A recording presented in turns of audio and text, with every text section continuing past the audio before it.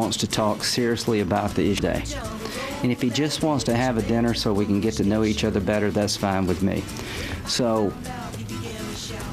how do you say no to the President of the United States who would like to have dinner with some of your colleagues? You don't. And anybody who would do that in this business is in the wrong position. So when the President asked that I get together a group, I willingly and I was honored to try to do that. Welcome back to Morning Joe. You know it is a big day on Capitol Hill. Richard Wolff and Lindsey Graham actually steps in front of the cameras. He's a rare day. He's a camera shy guy. It's a rare day. He's a camera shy guy. You know what? Courage. Lindsey will always tell you, no. I want to be the guy behind the camera. I don't want this to be about me. Because he's in the right position. He's in the right position. So but he gets in front of the camera, and it's a big deal because they got together. They broke bread. I think that's great news. Hallelujah.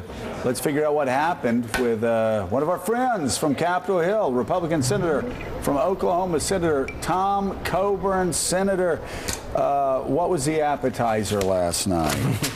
How was your meal with the president? It was a good meal. Good. It was a good experience. It's something that should have happened years ago.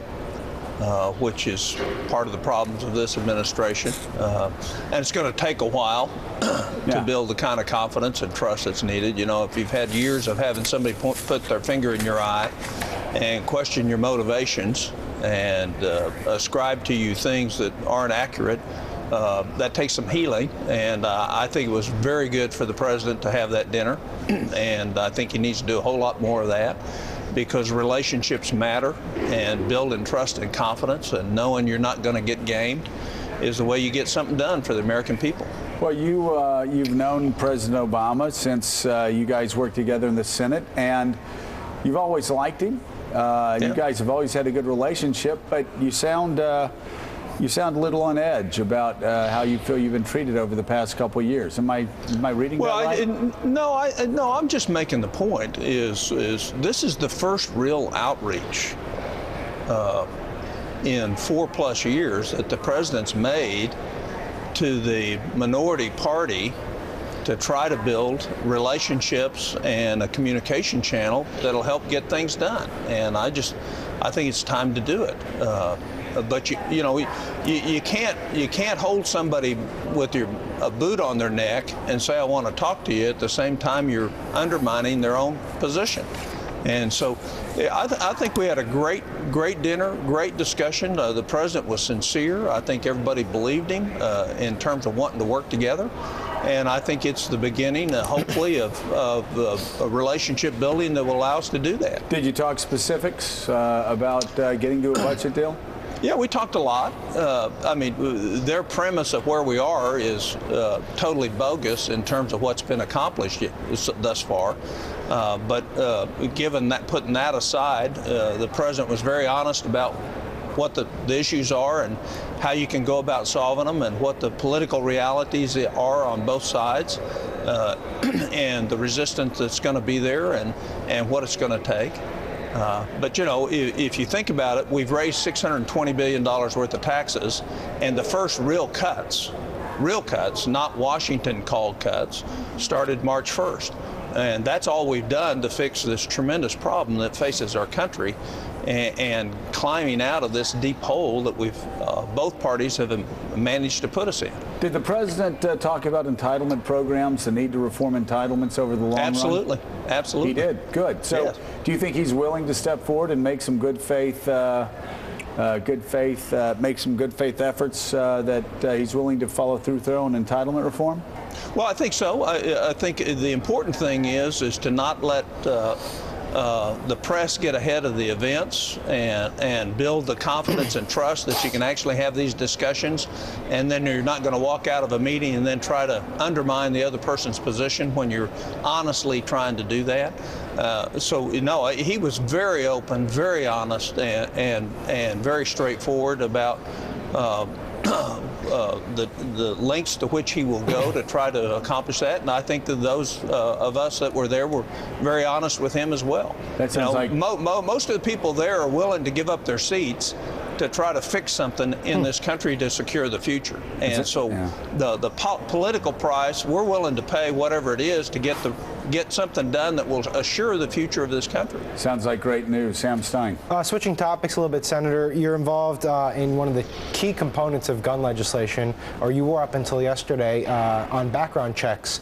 I'm wondering what the status is now that you're not going to be co-sponsoring the bill right now with Senator Schumer, and how does he get you to yes on that bill, which is probably the most critical component of what the president wants to do?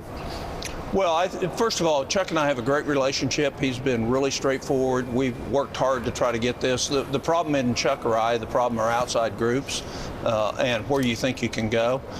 Look, we have two problems in this country. One is we have transfer of arms and guns to people that we don't know whether or not they're a threat to somebody else or to themselves. And we ought to create a way to where you as a responsible citizen can know you're not selling a gun that you have to somebody that shouldn't get a gun. Yeah.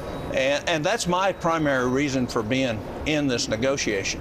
And then the second problem is once a crime's committed, how do you try to follow up and trace that gun? Well, yeah. There's 300 million guns in America that aren't on the federal firearms dealers, licensed dealers books. And you're never going to have those on there, plus the fact that it's average, according to the ATF, 11 years after a transfer of an arm before it's used in a crime. So you're never going to get that. And the thing that's holding this up is the ability to trace back to one of those transfers.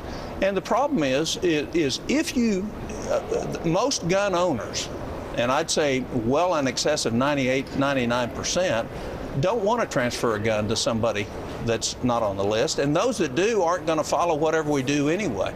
So the idea ought to be is let's make it easy and not onerous on somebody to do the right thing, and let's make sure that their rights are protected, not just their Second Amendment rights, but all the rest of their rights under the Constitution. And by that I mean in our country, you have to prove that somebody did something wrong. They don't have to prove they did something right. And that's the hang up, and the outside gun groups aren't there yet.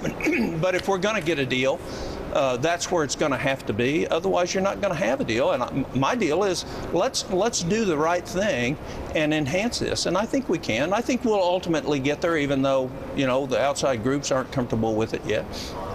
Richard. Senator, I just want to get back to the budget and the dinner last night. It sounds like you took the president at his word about being serious about entitlement reforms. I mean, he's already talked about chain CPI, for instance. If that's true, you do take him at his word, this is a sincere offer, there's real entitlement issues on the table, do you think the appropriate response for Republican senators is to say, in that case, we will consider substantial revenues, tax revenues, alongside entitlement reforms? Is that principle something you all can agree on?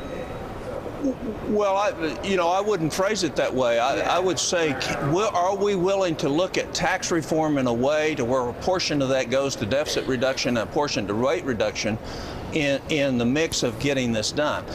But the motivation for tax reform doesn't have anything to do with that. Whether we had an entitlement program problem or not, we ought to be doing tax reform because it'll markedly stimulate the economy.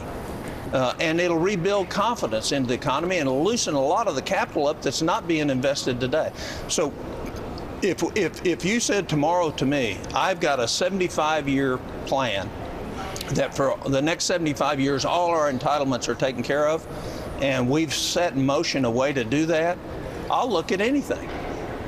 But some measure of those tax revenues, you said, should be going to deficit reduction. Yeah, I'm saying I'm willing to consider that. But you know, we just did $620 billion of that.